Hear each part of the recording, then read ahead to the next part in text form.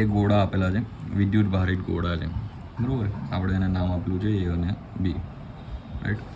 બંને ઉપર વિદ્યુત ભારના મૂલ્યો અલગ અલગ છે. ધારો કે બંને ઉપર પોઝિટિવ જ છે, તો આના ઉપર Q1 વિદ્યુત ભાર છે અને બીજા ગોળા ઉપર Q2 વિદ્યુત ભાર છે. કોઈ પણ વેલ્યુ હોઈ શકે.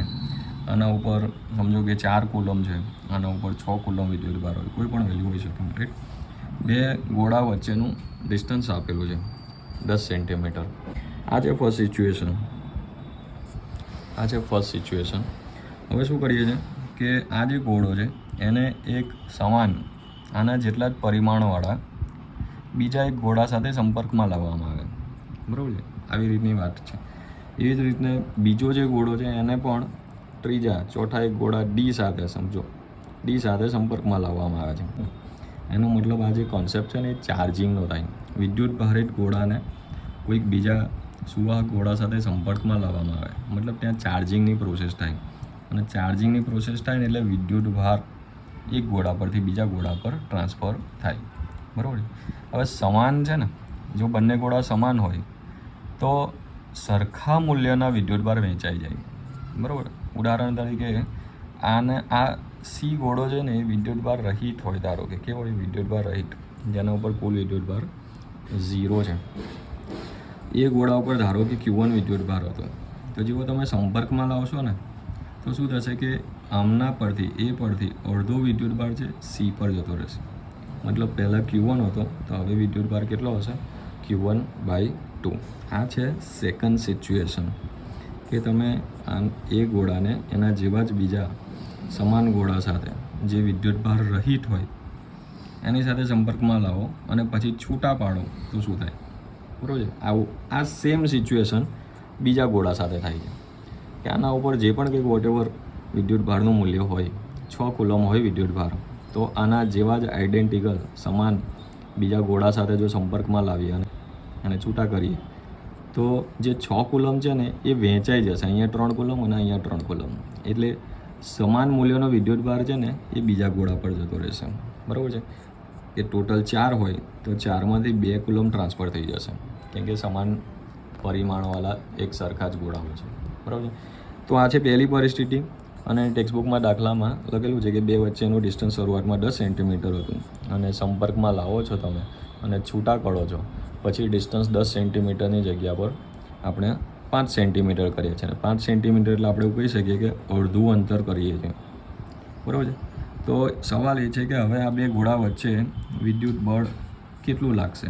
આ છે ક્વેશ્ચન. તો આના માટેની કેલ્ક્યુલેશન સમજી લે કે ભાઈ પહેલાં ફર્સ્ટ જે સિચ્યુએશન છે, પહેલી પરિસ્થિતિમાં કેટલું બળ લાગશે? તો કુલમના નિયમ પ્રમાણે કેટલું બળ લાગશે? F K Q1 Q2/R², બરાબર છે. અત્યારે આપણે વેલ્યુ સબસ્ટિટ્યૂટ નથી કરતા. આના ઉપર Q1 છે, આના ઉપર Q2 છે, તો આટલું બળ લાગશે. આ છે પહેલી પરિસ્થિતિમાં લાગતું બળ, બરાબર છે. હવે સેકન્ડ સિચ્યુએશનમાં કેટલું બળ લાગશે? F' કેટલું લાગશે? તો F' વેલ્યુ આપણે લખી શકીએ કે Q1 Q2 મતલબ વિદ્યુત ભારોના મૂલ્યોનો ગુણાકાર. જે પણ વિદ્યુત ભાર હોય એના મૂલ્યોનો ગુણાકાર.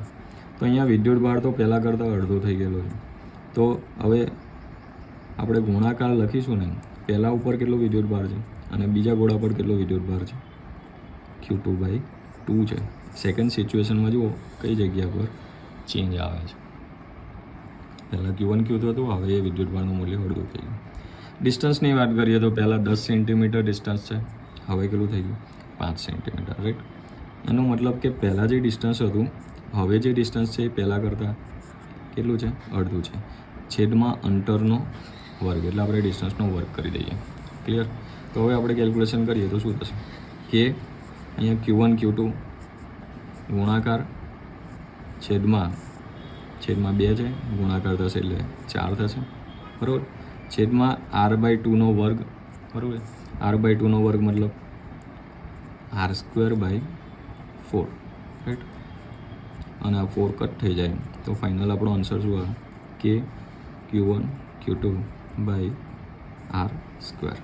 અને આ જે વેલ્યુ છે ને, આ તો પહેલાં જે હતી એ જ વેલ્યુ છે, રાઈટ. મતલબ પહેલાં જે પરિસ્થિતિ હતી ને એ જ એક્ઝેક્ટલી એ જ વેલ્યુ મળે છે.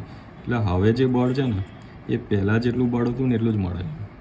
તો દોસ્ત આ જે એક્ઝામ્પલ છે ને એનાથી શું કહેવા માગે છે કે જો પરિસ્થિતિ ચેન્જ થાય તો પહેલાં કરતાં હવે શું ચેન્જ થશે એ રેશિયો આપણે આવી રીતના કેલ્ક્યુલેશનથી શોધી શકીએ.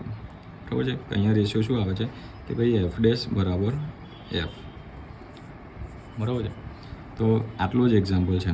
કહેવાનો મતલબ કે અહીંયા અંતર જે છે એ અડધું થઈ જાય અને વિદ્યુત ભારોના મૂલ્યો પણ અડધા થઈ જાય તો બંને પરિસ્થિતિમાં સરખું જ બળ લાગશે. આ એક વસ્તુ છે.